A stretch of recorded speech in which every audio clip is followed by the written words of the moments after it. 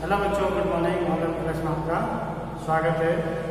Year secondary में हम दिनांक आज 10 हो चुकी है 8/2020 कक्षा बीएड सेकेंड ईयर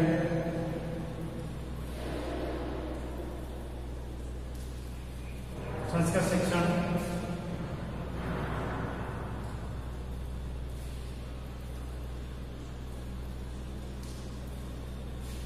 इकाई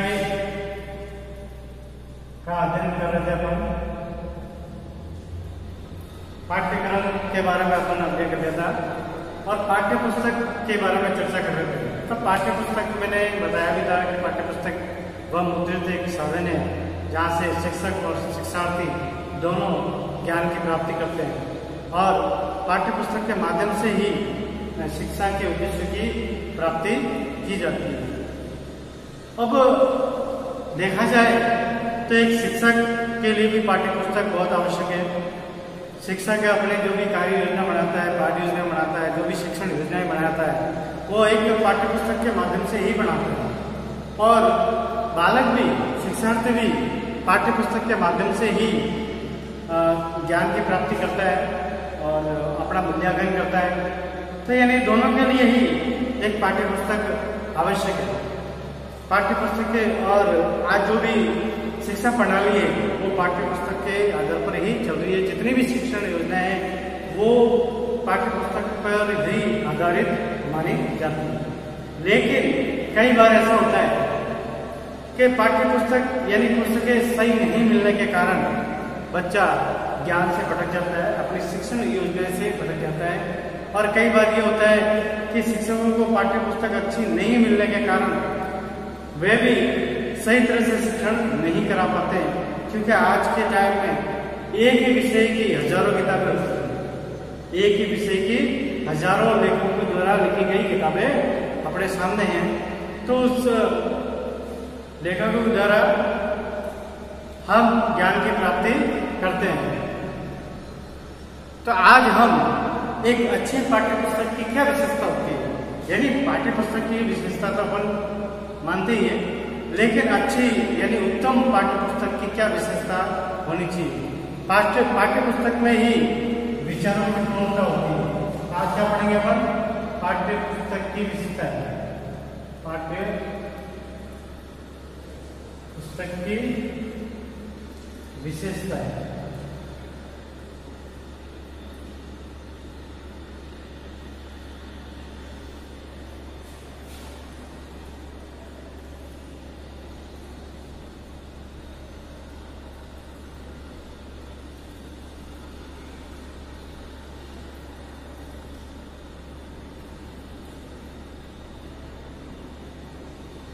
पाठ्य पुस्तक की विशेषता है। अब सबसे पहले देख लेते हैं पाठ्य पुस्तक में ही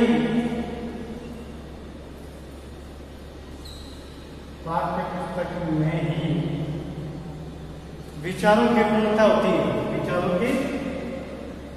विचारों की पूर्णता होनी चाहिए।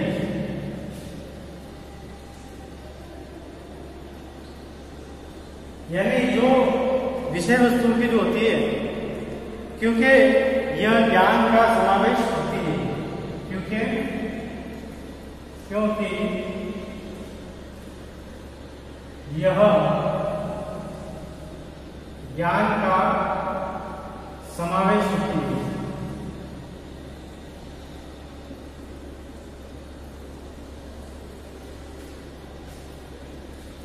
यह एक सशक्त माध्यम के रूप में प्रयोग की जाती है। यह एक सशक्त माध्यम के रूप में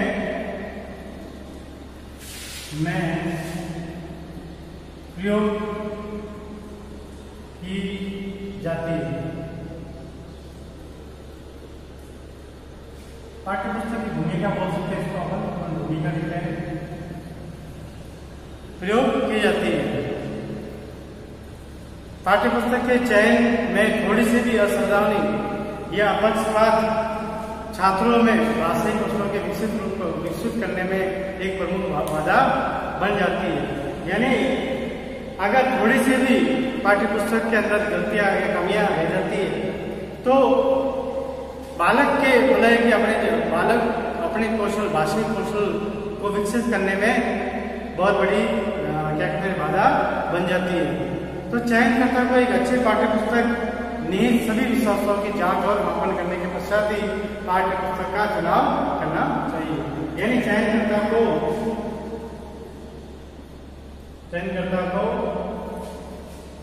पाठ्य पुस्तक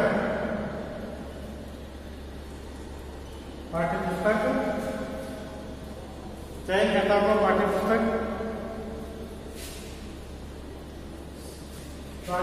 की सभी विशेषताओं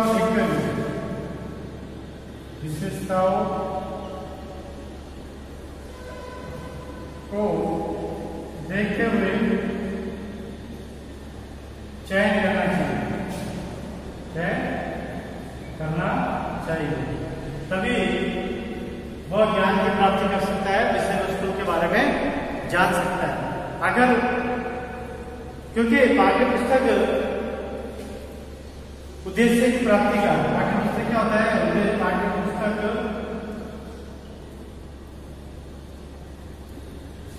उद्देश्य की प्राप्ति का क्या है? प्राप्ति के लिए एक औजार अगर आपको किसी भी विषय के बारे में जानना है या शिक्षा की प्राप्ति करनी है या शिक्षा के उद्देश्य की प्राप्ति करनी है, लक्ष्य की प्राप्ति करनी है, तो आप पाठ्य पुस्तक के माध्यम से ही कर सकते हैं। अन्यथा आप पाठ्य पुस्तक या पाठ्यक्रम के बिना अगर कुछ लक्ष्य प्राप्त करने की कोशिश करते हो तो उसमें आप सफल नहीं हो पाएंगे। तो एक अच्छी पाठ्य पुस्तक की क्या विशेषताएं होनी चाहिए उसके बारे में हम देखेंगे।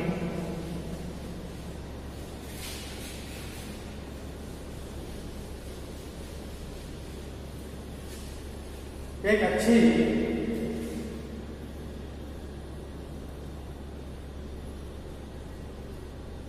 पाठ्य पुस्तक की विशेषता है।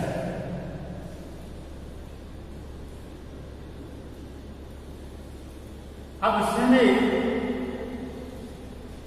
दो विशेषता है, इसमें भी दो विशेषता है। कौन कौन सी है? एक तो है आंतरिक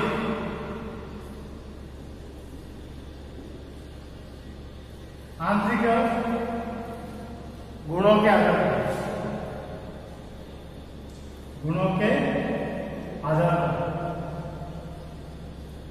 और एक है बाह्य गुणों के आधार पर।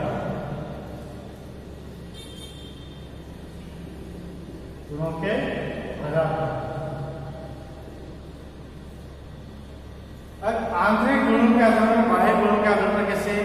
कि जैसे पाठ्य पुस्तक के अंदर क्या चीज सम्मिलित की है, कौन से विषयों को समावेश किया है, कौन से चित्रों को समावेश किया है, वो एक आंतरिक स्तर का होगा। और बाह्य गुणों के आधार का मतलब होता है कि पाठ्य पुस्तक की कैसी है, वो क्या कहते हैं, बाहर के कवर कैसा है, उसकी आकर्षण कैसा है, उसके आधार पर। तो आंतरिक गुणों के आधार पर जैसे मैं एक करके बताता हूँ। सबसे पहले है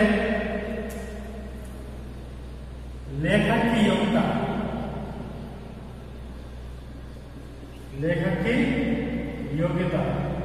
अब कोई भी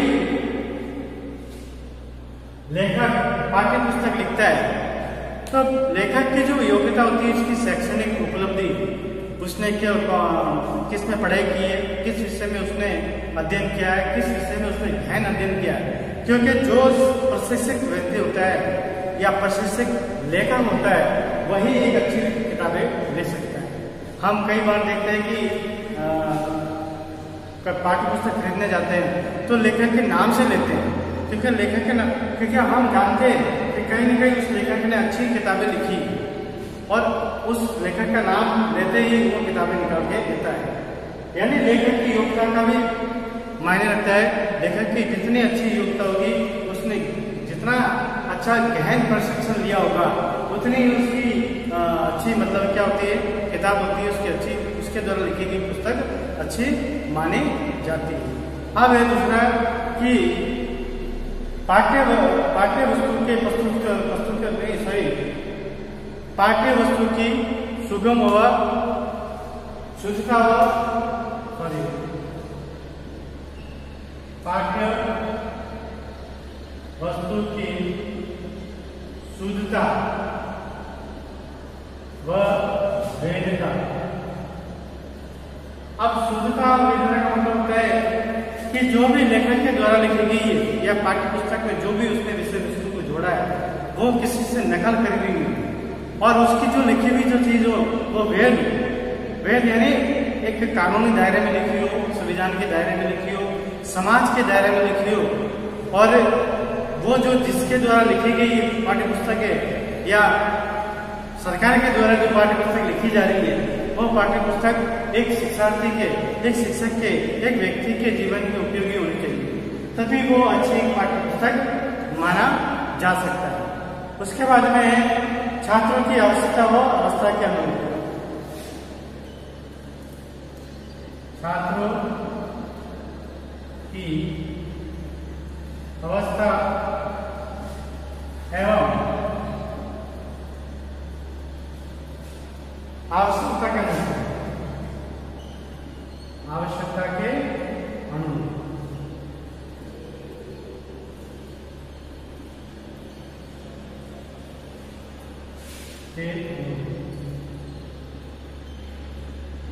यानी छात्र की अवस्था का मतलब है इसकी आयु, मानसिक आयु, उसकी आदत, उसकी प्रवृत्तियां, जो जिस कक्षा में पढ़ रहा है उस कक्षा के अनुसार होनी चाहिए।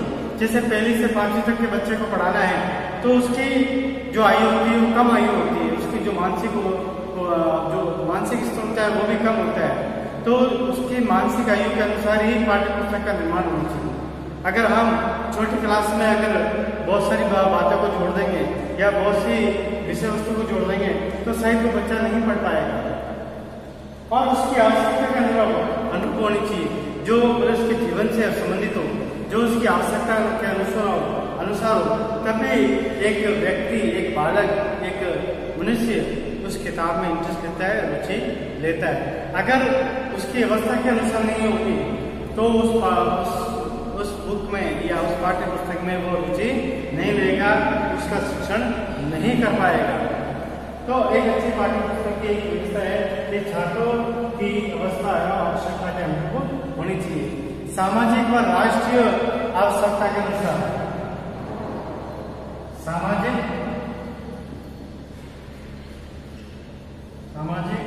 व राष्ट्रीय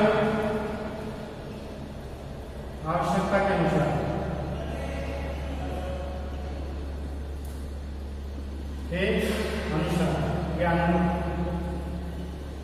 यानी सामाजिक और राष्ट्रीय, मैंने भी बात बताई कि सामाजिक और राष्ट्रीय के आवश्यकता के अनुरूप होनी चाहिए।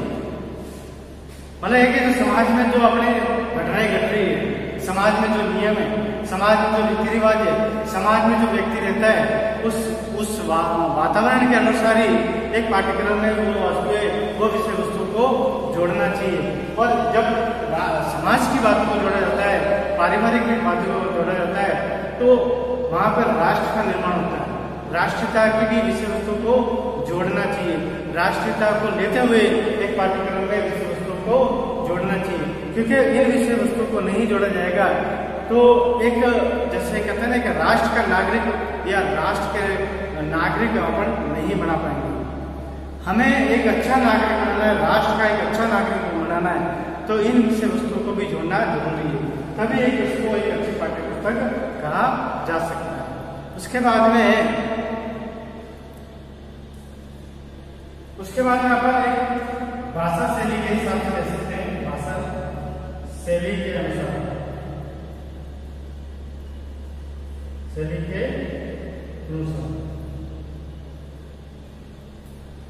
अब भाषा शैली के अनुसार जैसे इसमें भी कई चीज है कि पाठ्य वस्तु के प्रस्तुतिकरण की सुगम भाषा, पाठ्य वस्तु के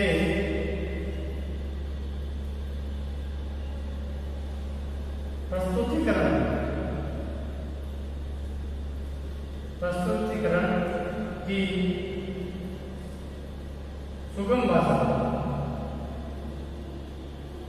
यानी जब पाठ्य पुस्तक में जो भी भाषा लिखी जा रही है या उसकी जो बच्चों के सामने प्रस्तुत की जा रही है वो भाषा एकदम सरल, सहज और आसान होनी चाहिए, तभी बच्चा उसमें पढ़ सकता है। अगर आप पाठ्य पुस्तक लिख रहे किसी लेखक के द्वारा जो लिखी जा रही है तो उसकी भाषा एकदम सरल होनी चाहिए, कठिन नहीं होनी चाहिए। और अगर उसकी भाषा अगर सरल नहीं है और भाषा कठिन है तो उसमें वो बालक इंटरेस्ट नहीं लेगा और उसको नहीं पढ़ेगा। नेक्स्ट वीडियो में पढ़ेंगे हम। धन्यवाद।